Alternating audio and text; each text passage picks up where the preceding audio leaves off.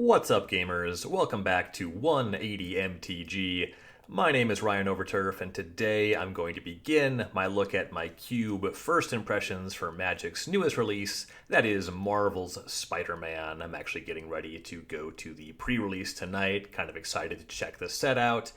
Before I get into things today, I want to kind of break down the approach that I'm going to be trying here for Spider-Man for my Cube First Impression podcast. I'm going to try breaking this into 2 episodes, and the breakdown is going to be today, the first installment. I'm going to do 1 episode that talks about the set's general themes and new mechanics, and then highlighting cards that fall explicitly into those themes or have those new mechanics. So anything that is very on theme, anything that uses a new keyword, that's something I'm going to talk about today. And then next week, I'm going to talk about just generally notable cards. So that's going to be cards that don't use new keywords, just stuff that's going to more cleanly fit into kind of any environment that you can just read the card, it easily explains the card, that kind of thing.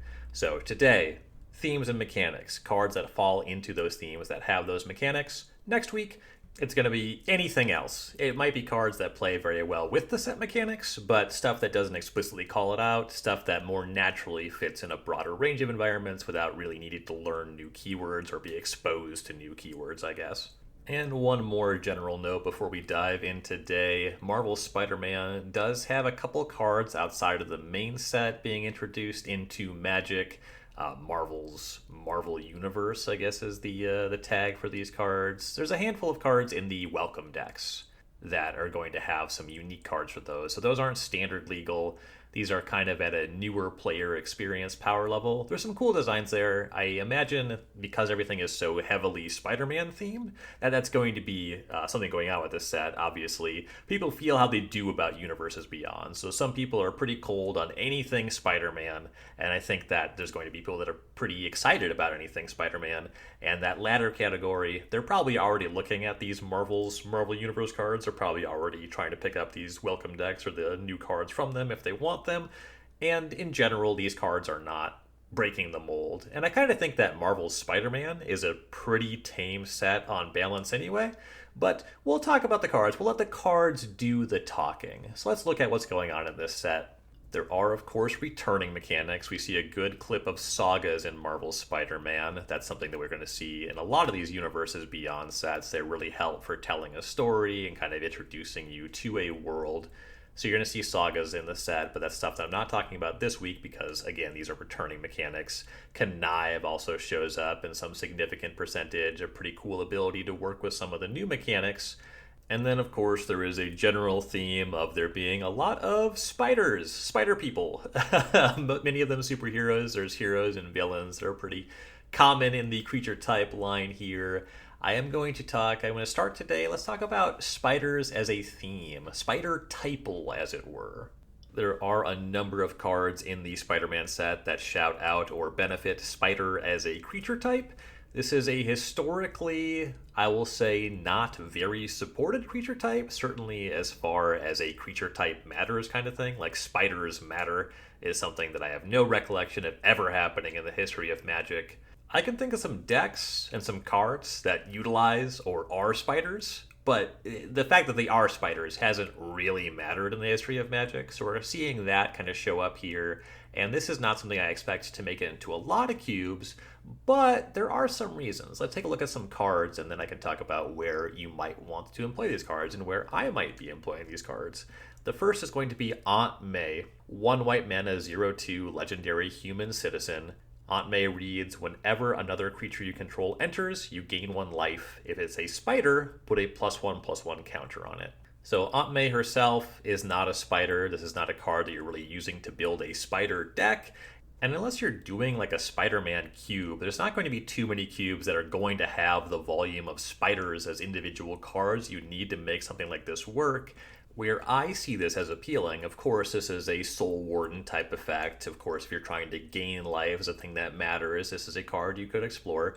0/2 is in some ways more useful than a 1/1. It can survive some 1 damage effects. It can block 1/1s. Sure, that's a thing. But where I think this card could really shine is in conjunction with one of my favorite cards, my favorite limited archetype of all time, and that's Spider Spawning. a sorcery with flashback that makes a 1/2 spider for every creature card in your graveyard.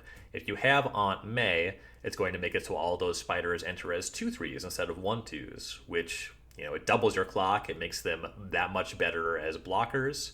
So there's something there. This is a card that I'm going to try out in my Peasant Tubert. That is a cube that has a lot of token generators. I've never done like a Soul Warden kind of thing.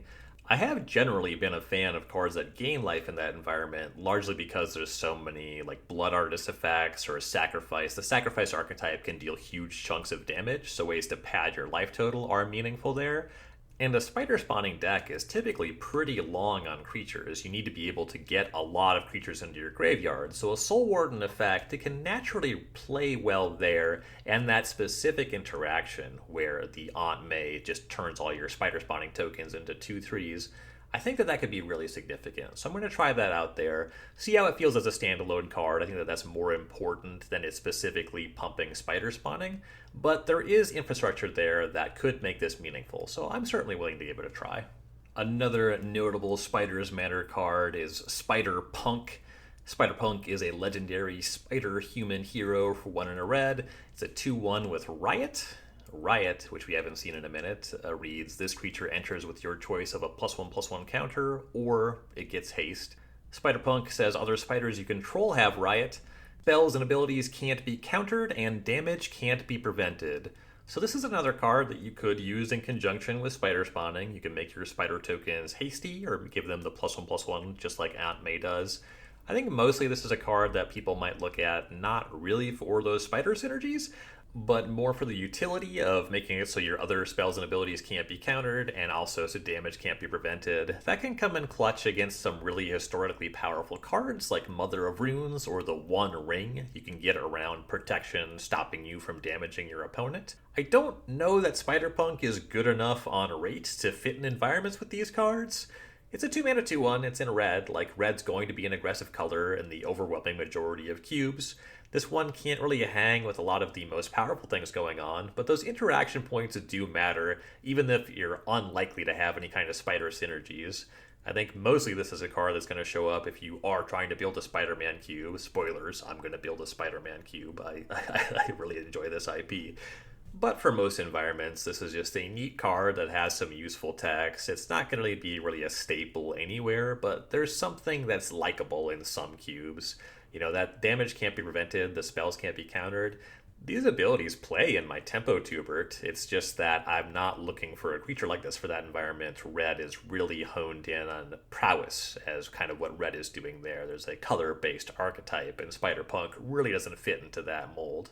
So there's some appeal here. I just don't know that Spider-Punk really even fits into that many environments where these abilities are theoretically useful. And then there's one more Typal card I want to show off. This one's not just for spiders. That's going to be Spider Ham Peter Porker for 1 and a green. This is a 2/2 legendary Spider Boar hero. When Spider Ham enters, you create a food token, and it has the Animal Mayhem ability, which reads, other spiders, boars, bats, bears, birds, cats, dogs, frogs, jackals, lizards, mice, otters, rabbits, raccoons, rats, squirrels, turtles, and wolves you control get +1/+1. That's a long list. And notably, a lot of these are creature types that we just saw a bunch of cards for in Bloomburrow. So if you're a fan of Bloomburrow, this is a card that could fit into your environment.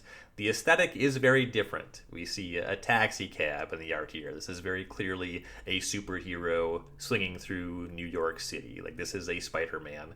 It's also like really silly and goofy because this is a pig person Spider-Man superhero. But honestly, that kind of levity, it does, I think, make a card like this more at home in something with more of a Bloomburrow aesthetic, where it's like, oh, cute animals, and it's kind of fun and whimsical. But I could see somebody excluding this even if you were playing with those creature types.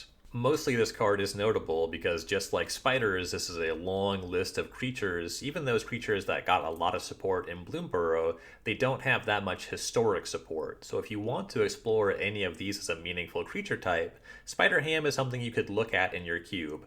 Also, there's only so many cards that make food tokens, so if you want to explore food as a theme, every card kind of matters. 2-mana 2/2 make a food.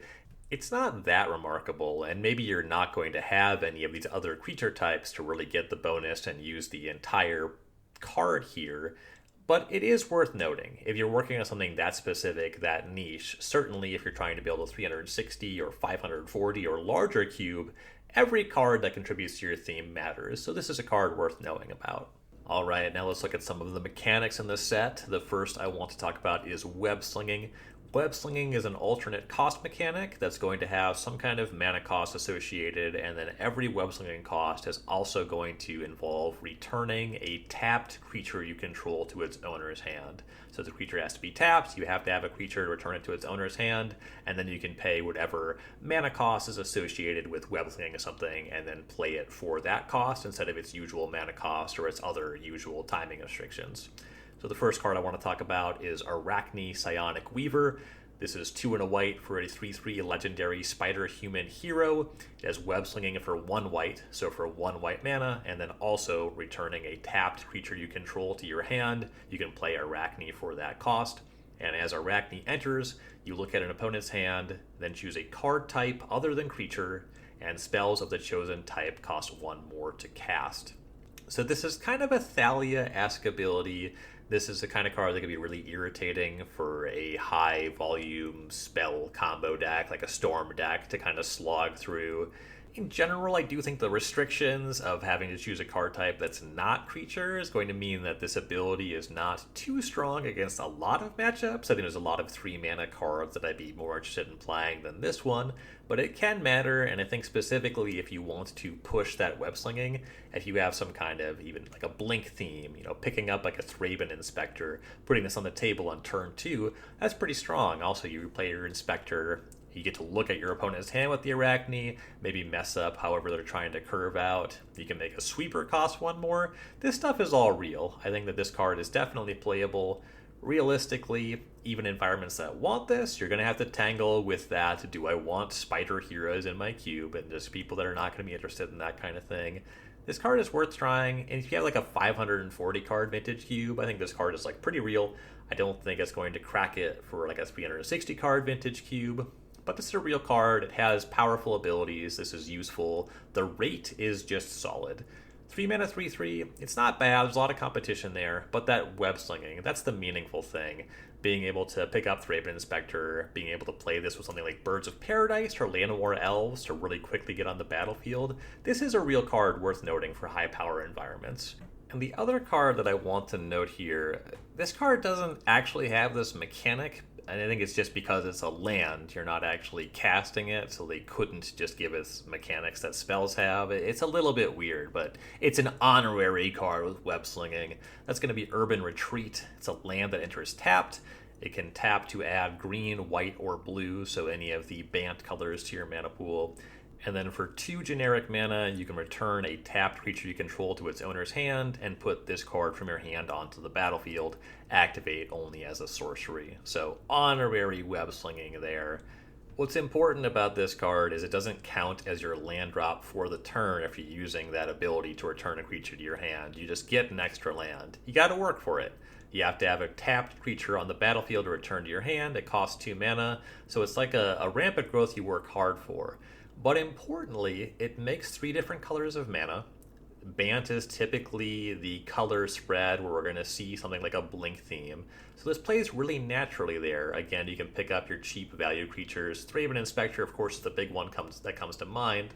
But this is also just kind of a classic ramp spell if you're going to use Llanowar Elves, Birds of Paradise. And as you go up the curve, if you just have this later if you're making your land drops, otherwise you can return larger effects to your hand, and it just kind of stays powerful. And the opportunity cost of having this card in your deck is so low, certainly if you're playing 2 or all 3 of these colors. A tapped land, yeah, that's a real cost, but there's upside here, and it just hangs out in the land column. Anytime you have a land that can function as a spell, that's real. That matters. Even if it's by some small percentage, it just gives you this extra utility in some amount of the games. And sure, it's a land that enters tapped. That's a real cost. How many tap lands can you really afford to put into your deck? This card isn't broken, but it's useful. and it's strong. This is one that I definitely am interested in exploring anywhere where you have some kind of blink theme, anywhere where you're pushing players to play 3 colors. Like if you want players to play a Bant blink deck, this is an awesome card that shouts, hey, do exactly that. It makes sense, even if it's a little disappointing to see this card at rare, just because I think that this is a card that I would windmill slam into my Peasant's Tubert. Be really nice in a lot of those rarity restricted environments. But it's a little complex for lower rarity, so I do get it. This is a standard legal set. This isn't like a Modern Horizons, so it makes sense as rare. And some people do allow a handful of rares into their Peasant cube, so it could show up in that kind of space. But any kind of like modestly powerful cube where you have a little bit going on and creatures with value enter the battlefield abilities, this is a really cool card. I'll be happy to see this in cube. And now I want to talk about something that I guess is more of a cycle than a mechanic, but it is mechanically new, and this is actually a cycle of cards that caused a change in the rules of Magic. These are the transforming modal dual-faced cards. So the rule change was, previously, modal dual-faced cards, cards that have 2 sides where you can play one or the other for their appropriate costs, on the battlefield could not transform to the other side, even if some other card, for some reason, caused them to transform. They just wouldn't do it. It's just not what they did. They're treated like cards with one side on the battlefield. This cycle introduces 5 creatures that, on the front side, have an ability that transforms them into the back side. Notably, the backside can't transform into the front, and importantly, more notably, this rules change doesn't make it so you can just transform the cards because of something inherent in the rules. The cards do what they say. So the front side of these cards can transform into the backside. The backside can't inherently transform into the front side. It just means that if some other card caused them to transform, they're now able to do that where previously they weren't. There was some confusion about that online, so I wanted to be clear about what this rule change meant. It's a little bit strange that these cards can transform with an ability in one direction, not in the other. It kind of makes sense. There's some mechanical reason you might do it this way. There's a flavorful reason that I kind of buy. So these are like humans that are the alias of a hero, or in one case, maybe a little bit more of a villain or an anti-hero. And so when you transform into your superhero, when Peter Parker puts on his costume and comes out as Spider-Man, it kind of makes sense he's going to be Spider-Man until the fight is over. It might be a little bit weird.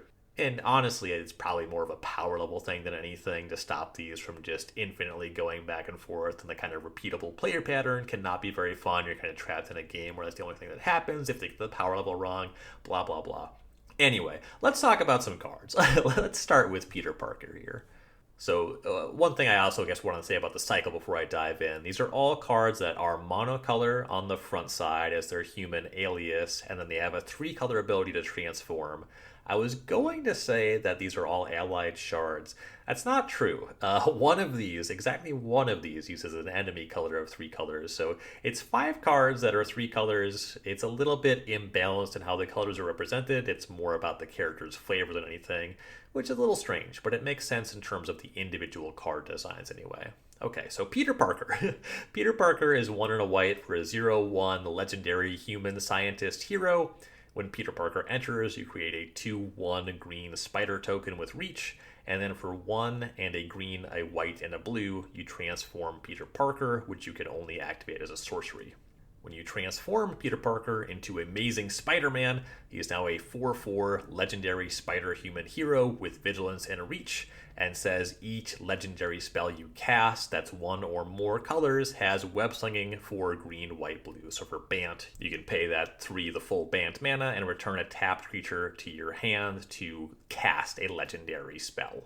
And then that modal dual-faced aspect, you can also just cast this card as Amazing Spider-Man. To do that costs 1 green, white, blue. So it's either a 4-mana, 4/4 Vigilant Reach, or a 2-mana 0/1 that brings a 2/1 friend that can transform into the 4/4 later. When it comes to evaluating this cycle, the important thing, I think, is that monocolor, the cheaper front side, is good. It's something you actually want to cast in your deck. Just because 3-color stuff, it's harder to cast, 1. 2, there's just so much stuff when you're actually supporting 3 or more colors that's going to be more powerful in these cards. There's some great stat lines here, but for the most part, I think what we need to be doing if you're thinking about these cards for your cube is just thinking, okay, how good is it to cast the front side? Because that's where they're going to be played the majority of the time. That's where they're justifying their ability to enter into your cube. They're not like the best 3-color cards in any of these color combinations ever printed. They're not necessarily the most thematic unless you are doing a Spider-Man cube, at which point there's only so many cards, so what are we even talking about? So realistically, you're asking yourself, do I want to put Peter Parker in my cube? And the question then is a 2-mana 0/1 that makes a 2/1 a good enough body? And this is a card that plays pretty well with blink effects. So I think that getting kind of a 2/2 worth of creature on 2 different creatures is pretty significant. This is not on the level of like Modern Horizons. This is not as good as the Modern Horizons 3 at Johnny. So if you're going to the highest power level, yeah, I think this card's not really going to be able to hang. But in a lot of other cubes, for as much as the Magic Online Vintage Cube is the most known and played cube there is, most cubes are at a lower power level. And I see Peter Parker as a pretty fun card for a lower power level cube with a blink theme. This is a very reasonable thing to momentary blink or like ephemerate or whatever, just to get a little bit of value. And then if you are Bant, you do get to turn this into a 4/4. It's worth noting that you get into like a creature cheat kind of territory when you start using that Websling ability. But that again is not going to rank until the most powerful creature cheat of all time. More likely you're casting like some 6 or 7 mana thing. Because there's that restriction where it only gives legendary spells you cast that are 1 or more colors that web swinging. Yeah, they thought, hey, we don't want Amazing Spider-Man to web sling in Eldrazi. Like that's not a thing you can do. Like those are colorless spells. So this card is not going to really push boundaries there. Mostly, you're going to be looking at this cube if you're trying to do kind of a blink thing, or you just want kind of 2 bodies. Any kind of like go wide token strategy can realistically benefit from this. And then for Bant, you just get a nice 4/4 Vigilance Reach. That's a pretty real creature. So if those stat lines are appealing to you, this is a card that should be pretty nice in your cube. Going slightly out of color order here, I'm going to jump to Eddie Brock. Eddie Brock is a 3/3 for 2 and a black, legendary human hero villain. What a type line. When Eddie Brock enters, return target creature card with mana value 1 or less from your graveyard to the battlefield, and then for 3 black, red, green, you transform Eddie Brock, activate only as a sorcery. If you transform Eddie Brock, or if you have 6 mana and just want to cast Venom Lethal Protector from your hand, you can do that for 3 black, red, green, and this is a 5/5 legendary symbiote hero villain with Menace, Trample, and Haste. And whenever Venom attacks, you may sacrifice another creature. If you do, draw X cards. Then you may put a permanent card with mana value X or less from your hand onto the battlefield, where X is a sacrifice creature's mana value. So big swingy ability on the backside. But of course, there has to be. It's a 6 mana Junt card. When it comes to Eddie Brock, this card's really going to sink or swim based off of how reliably you can have a creature card with mana value 1 or less that is worth reanimating from your graveyard. If you have a big sacrifice theme, I definitely think Eddie Brock can fit naturally into your cube. As compared to Peter Parker, this is less of a card you can just cast, though. It's not important just to have the theme, but to specifically be looking at, okay, I need to have a creature with mana value 1 or less in my graveyard so that I'm not just casting a Nessian Courser when I play Eddie Brock. I need to get more than a 3 mana 3/3. Even though transforming is real, it's 6 mana. It's 3 colors of mana. You want these cards to kind of show up in a capacity where you can just cast them, and Eddie Brock is kind of the one that says, all right, there's a hoop to jump through. I'm going to give you some value, but you need to work with me. You need to have some self-mill, some sacrifice, maybe some kind of looting or rummaging so you can reliably have something to get back with Eddie Brock. If you got stuff like Citrus Supplier, Gravecrawler in your cube, there's a lot you can do to really facilitate Eddie Brock, both having a high volume of 1 mana creatures, certainly creatures within black are going to be more meaningful. This is a black card. And then having ways to reliably get them into the graveyard. Sometimes that means that they're just so strong, your opponent's going to use a removal spell on them. That could be something like Knight of the Ebon Legion, which is just a creature for 1 mana that can kind of snowball. You can go down that route. But importantly, If you're looking at Eddie Brock for your cube, it is not reasonable to treat this as just like a 6-mana Jund creature. That's just going to be weak. You're going to have this flimsy 3-mana 3/3 that's not really reliably going to do anything when it enters. If you don't have 1-mana creatures that are going to be there for Eddie Brock to reanimate, this is really not a card worth exploring. If you are doing that, then you kind of have this 2-for-1 that can turn into this giant thing on the backside. Just because the Jund 6-mana thing is not the most powerful Jund 6-mana thing going on, that's alleviated if the front side is playable. So again, the playability of the front side, monumentally important for these cards. If you jump through the hoops, Eddie Brock is great. If you don't, leave this one on the bench. All right, next up is Gwen Stacy. That's going to be the only member of this cycle that uses an enemy color wedge for the backside. So Gwen Stacy is 1 in red for a 2/1 legendary human performer hero. When Gwen Stacy enters, exile the top card of your library. You may play that card for as long as you control this creature. And then for 2 blue, red, white, you can transform Gwen Stacy only as a sorcery. Alternatively, you can cast Ghost Spider from your hand for 2 blue, red, white, the backside of the card, a legendary spider human hero. Ghost Spider is a 4/4 with flying, vigilance, and haste. Reads whenever you play a land from exile or cast a spell from exile, put a +1/+1 counter on Ghost Spider, and you can remove 2 counters from Ghost Spider to exile the top card of your library. You may play that card this turn. So this is another entry in a mechanic we're seeing a little bit more of all the time. There's some other cards in the set that do this too, that both enable you to bottle some cards, kind of what we're calling it. It's a reference to an old card called Elkin Bottle, but Light Up the Stage is maybe a more resonant recent example where you exile some cards and you can play them for some duration of time.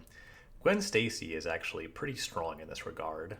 So for a 2-mana 2/1, you just get to exile a card, and as long as you control Gwen Stacy, you are able to play that card. That means that you are pretty likely to get a bonus card out of Gwen Stacy. Either you cast Gwen Stacy on turn 2, and you have this card, and maybe you're able to play it on turn 3, or your Gwen Stacy just lives for some amount of time, and you're able to play it whenever. Or if you're concerned about Gwen dying, you can wait a little bit of time, and so maybe you have some mana to necessarily be able to play that card this turn.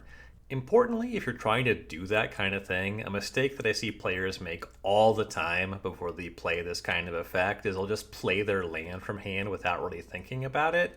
You really want to play this kind of effect before you make your land drop for the turn, just because if you exile a land, you want to be able to play that right away. You don't want to take any risks with losing the ability to play that land or exiling too many lands when you have multiple of this kind of effect in your deck. The way that you can really spew card advantage is just playing your land without thinking about it and removing too many lands and just not being able to play them. The freest thing that these cards will give you is land drops, and you want to optimize your ability to actually play those lands and convert them into real cards. So as far as Gwen Stacy goes, I think this card is pretty clearly playable. It's a 2-drop in red. Red's generally going to be an aggressive color. You're generally going to be interested in 2-mana creatures. If you have access to Jeskai mana, you get something bigger as the game goes longer, and pretty often you're going to get a bonus card off of this. This card will generate some card advantage. This isn't going to be like a Vintage Cube card. I mean, I guess you can put it in a Vintage Cube. If you're talking about cheap creatures, red is a color that's broadly going to be interested in this kind of thing at any power level. This card often does replace itself. So there's something likable even at the highest power levels. This is the kind of thing, just if you have any kind of creature deck, if you're trying to play 3-color decks, if you're trying to support an archetype that's doing things like playing cards, casting spells from exile, and getting some kind of reward for that. Maybe you have stuff like PNLR, Console of Revival, which is a card that I really like that I haven't really taken the time to cube with, but that's a card that gives you a Thopter every time that you play cards from exile. Gwen Stacy synergizes very naturally with that. So there's some cool space to play in here. I like this design quite a lot. Definitely a card that could easily find a home in a lot of cubes. That brings us to the green member of our cycle, Miles Morales. Miles Morales is a 2-mana 1/2 legendary human citizen hero for 1 and a green. When Miles Morales enters, put a +1/+1 counter on each of up to 2 target creatures. And then for 3 red, green, white, you can transform Miles Morales at sorcery speed. Alternatively, you can cast Ultimate Spider-Man from your hand for 3 red, green, white.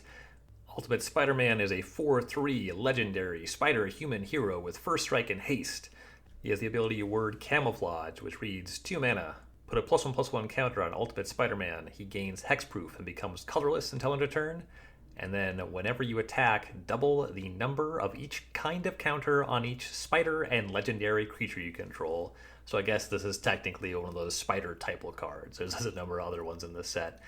The more significant ability here is going to be being able to put +1/+1 counter as an Ultimate Spider-Man and giving him hexproof, so you can kind of get through any kind of removal. You can also become this gigantic first striking creature. A little tough to do that when you're already spending 6 mana, so you have to kind of find a window to get Ultimate Spider-Man on the battlefield and start using that ability. But just like the other members of this cycle, it's not super important how you make use of the 6 mana side of the card. We want to make use of the 2 mana side of the card. Luckily, Miles Morales is just a solid rate. If you control no other creatures, you cast Miles, use that +1/+1 counter ability. Miles is a 2/3. That's totally fine, bigger than a grizzly bear. If you have 2 creatures, then you're getting 3/4 worth of stats for 2 mana. Really good return. If you have any kind of +1/+1 counter synergies, this card can really go a long way. There's other stuff for 2 mana. There's other cheap abilities that give you turn over turn +1 counters. So not really the absolute strongest thing for those environments, but it's something that plays. It's something that's pretty reasonable to blink, getting +1/+1 counters every time you do something like that. And then if you have Naya mana, Miles becomes this giant creature. So pretty strong card. You kind of have to be interested in being aggressive. Green can be a little bit more of a mana rampy color. If you're going into 3 colors, if you're a Naya deck, there's certainly something to like here, even for mana ramp decks. And it's not for nothing having the ability to put +1/+1 counters on your mana creatures, even in a ramp deck. So this is a solid card, could make its way into a lot of cubes, a lot of potential for synergy. And I've been talking about some of the members of this cycle with regard to there being stronger options if you're looking for a card that's all of the 3 colors.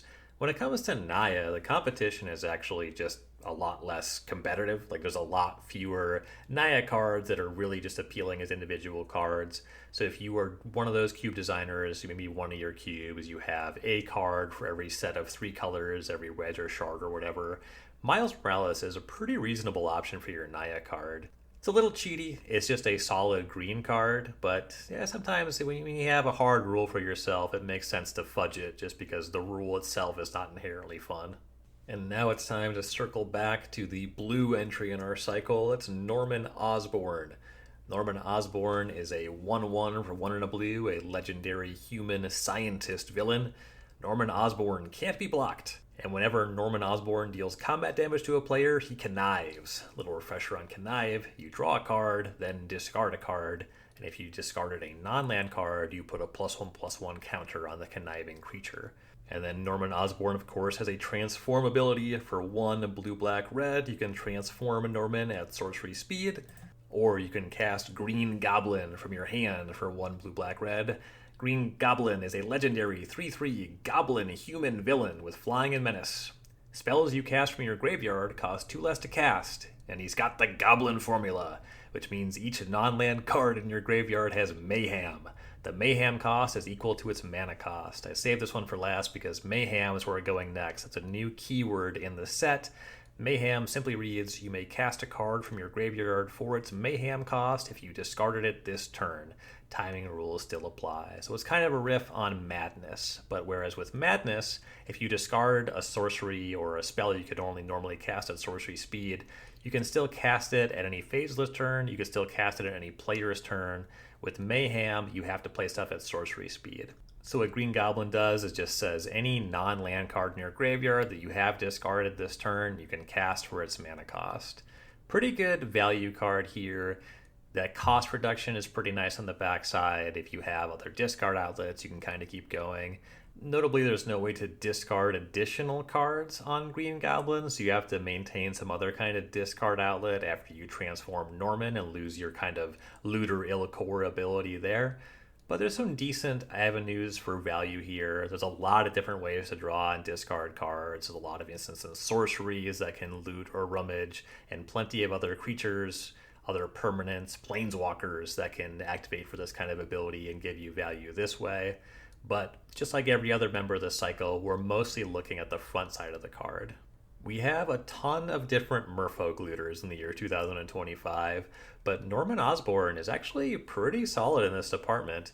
Can't be blocked, so you get in for a point of damage every turn, and every time you connive, if you discard spells, Norman just keeps getting larger. So you're filtering your draws, drawing and discarding, maybe discarding for value if you have some other stuff with some discard synergies, which is largely where you're going to want a card like this, though this is just a reasonable card to play because it is this scaling threat. If you are conniving and discarding spells, Norman is just getting larger every turn, so this card closes the game a little bit quicker every time that you do that.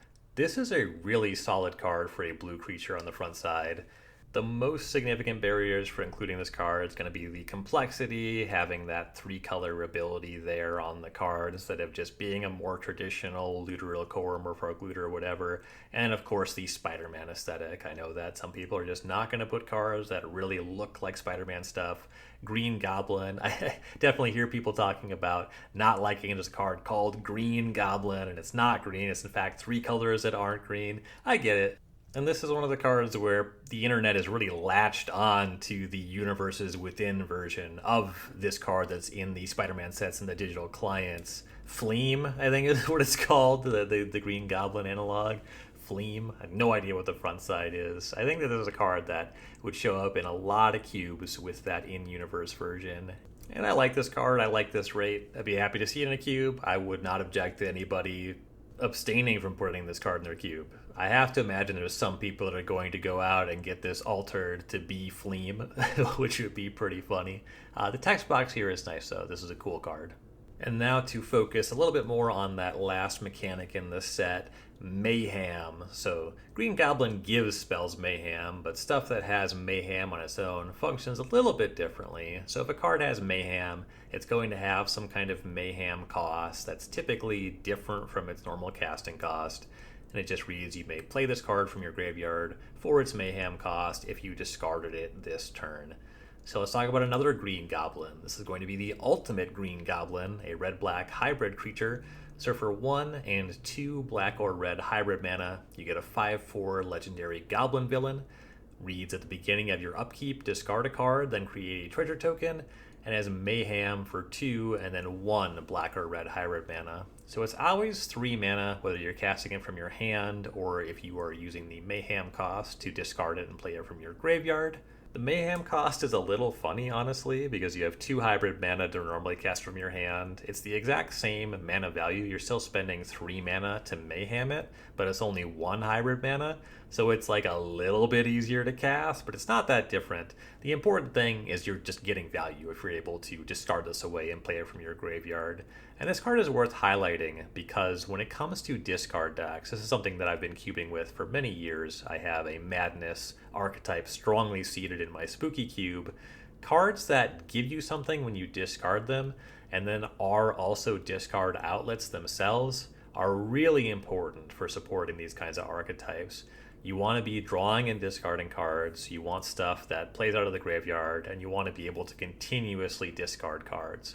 So a discard outlet turn over turn, stapled to a card that you can play when you discard it, is pretty meaningful for decks like this. Honestly, the thing that I don't like about Ultimate Green Goblin, and this is the kind of card that I do avoid in Spooky Cube, is the rate here. This card's a little bit too good at just winning the game. Like, you have a 3 mana 5/4. How many times do you have to attack before your opponent dies? And if you have additional synergies, sure, that's really strong. But I like having stuff that's a little bit cheaper, stuff that's a little bit more reliant on drawing and discarding multiple cards. There's a little bit too much. You cast this, you attack your opponent a couple times, and the game is over going on with this card. But I think for some other designers, that might be what they want. I go really hard on archetypes like this and themes like this, where I want the Madness deck to be 23 spells that all really heavily play into the theme. But when you got a lot more stuff going on in your cube, maybe you curate a 540 card cube and you have more archetypes within one color or within this same pair of colors, and you got a lot of different stuff going on, it's more important to have cards just be generally playable. So a card like this is going to perform better or be more welcome in an environment like that. Mostly this is just a pretty strong card. There's avenues for synergy. You could also seed Ultimate Green Goblin into an environment where discarding every turn is more of a drawback. You just play this as kind of like a Rotting Regisaur card where, yeah, there's good rates here, you can play it, but you got an upkeep cost to pay to keep it around, and you can't necessarily play too many additional cards, otherwise you run out of cards in hand. So a couple different ways to explore this card in Cube. Definitely one that I expect to be one of the more cubed cards in the set. A number of the Mayhem cards here. So Mayhem is inherently just kind of a weaker mechanic than Madness because it doesn't get around timing restrictions. But also importantly, most of the Mayhem cards in the set just aren't at rates that are worth really talking about. If you really are trying to support this kind of thing in your cube, you're going to be reading all these cards anyway, and the rate of most of these are not worth talking about abstractly. There's like a 3 mana sorcery that deals 4 to a creature that Mayhems for 2, and that card is really medium. But Ultimate Green Goblin is more abstractly approachable just for cube broadly, which is why I want to highlight this one, and it's also one that's going to more meaningfully juice up the Mayhem decks if you want to support discard matters in your cube. Moving on from Green Goblin, I of course have to discuss the Glider, the rocket-powered Goblin Glider, a 3 mana equipment. When this equipment enters, if it was cast from your graveyard, attach it to target creature you control. Equipped creature gets +2/+0 and has flying and haste, has equip 2 and mayhem 2. So if you do discard this card this turn, you can then play it for 2, and when you play it from your graveyard, you attach it for free. So if you cast this from your hand, it's not that good of a rate. 3 mana to play, 2 to equip, +2/+0, flying and haste. Like flying and haste, evasion and haste, it's a good combination. Having this equipment in play, it's pretty reasonable. If you like a small sampling of equipment, this is not going to be one of the strongest equipment of all time, but it's one that plays, it's one that matters on the battlefield. And if you do have some discard synergies, playing this ability for 2, just giving something +2/+0 flying and haste, and having an equipment that sticks around after the fact, you can keep equipping to new creatures as you deploy them. This card is really nice. Similar to a lot of the other Mayhem cards, this is not the absolute strongest thing you can be putting into your discard matters archetype in your cube, but it is kind of a fun and more modest way to scale back some of those strongest cards. Like, I don't think Fiery Temper is going to be oppressive in the overwhelming majority of environments. You kind of got to work for that card. But stuff like Anger. When I had Anger in Spooky Cube, even though a lot of people didn't necessarily put it together, the card went later than it probably should have. I think it was convincingly one of the strongest cards in the cube while it was there. There was a time when I valued it as pack 1, pick 1 overall in the cube, just giving all of your creatures haste. That's a really powerful ability for 0 mana, and now I've decided, okay, Anger is clearly too much. But having a card that can give you something back, give you a spell to cast when you rummage, when you discard it for value, and then requiring a little bit of a mana investment to continue giving your creatures haste. Also, this one gives it flying, so it's similar to Wonder, another card that I cut from Spooky Cube on power level. So making you spend a little bit of mana, making you have to draw the card and discard it and be able to play it for 2 right away, or spend that 3 mana up front before you start equipping it. There's real cost here, but it does something powerful for these discard matter decks. It still ties them to combat as well, which is an important aspect of making those decks actually fun and engaging in my experience. Equipment have some fun tension turn over turn, where your opponent has the ability to leave up spot removal and kill your equipped creature, or to kill the thing you try to equip it to. So there's some fun play patterns here. I think this is a really nice card to try out if you have a discard matters theme in your cube. And finally, that brings us to Oscorp Industries, the last Mayhem card, and the last card that plays explicitly with the new mechanics in Marvel's Spider-Man that I want to talk about today. Oscorp Industries is a land that enters tapped, and when it enters from your graveyard, you lose 2 life. It taps for blue, black, or red, and it has Mayhem, so you can play it from your graveyard if you discard it this turn.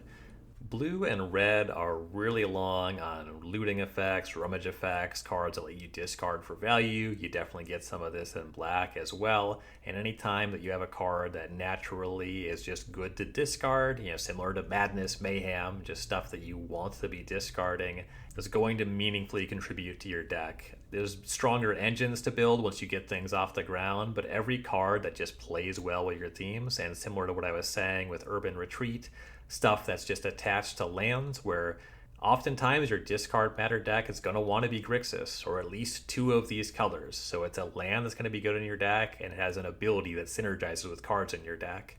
Unlike Urban Retreat, this one is going to count as your land drop. You can't just discard this and get a free land. It's not that broken. That would be outrageous, though. This is just really nice. We were talking about Norman Osborn being a Looteriel core. This card is clearly great with Norman Osborn. Surprise, Oscorp Industries. Like the tower of the character. It plays well with the character. That makes sense. But there's plenty of Merfolk looters, Looteriel cores, whatever in the history of Magic. Faithless looting, all kinds of discard effects.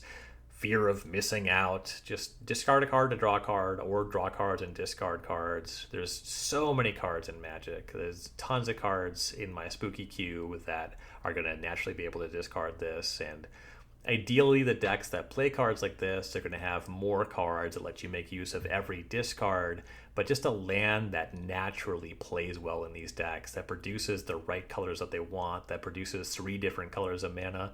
This is a big deal. And that costs a 2 life. It's not free when you play it from your graveyard, but it's also just pretty good to play this as turn 1 as your first land. Just play this land tapped, gets you going, you start being able to cast all of your spells. In a lot of my designs, certainly at 180 cards, I keep things pretty tight. For mana fixing lands, I'm mostly just sticking to cycles of dual lands. But then when you have cards like this that actually just have real abilities that meaningfully contribute to themes and are meaningful parts of an archetype, that's the kind of thing that I'm going to make an exception for utility lands.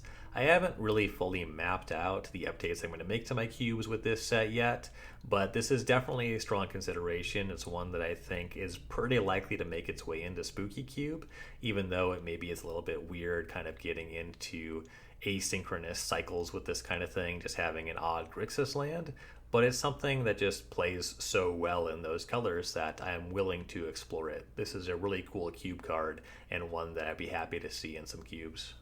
And that's going to be a wrap on my mechanical breakdown, my first impressions of Marvel's Spider-Man in terms of new mechanics and themes for Cube. I'll be back next week talking about just individual card designs, some stuff that's more broadly impactful for the world of Cube.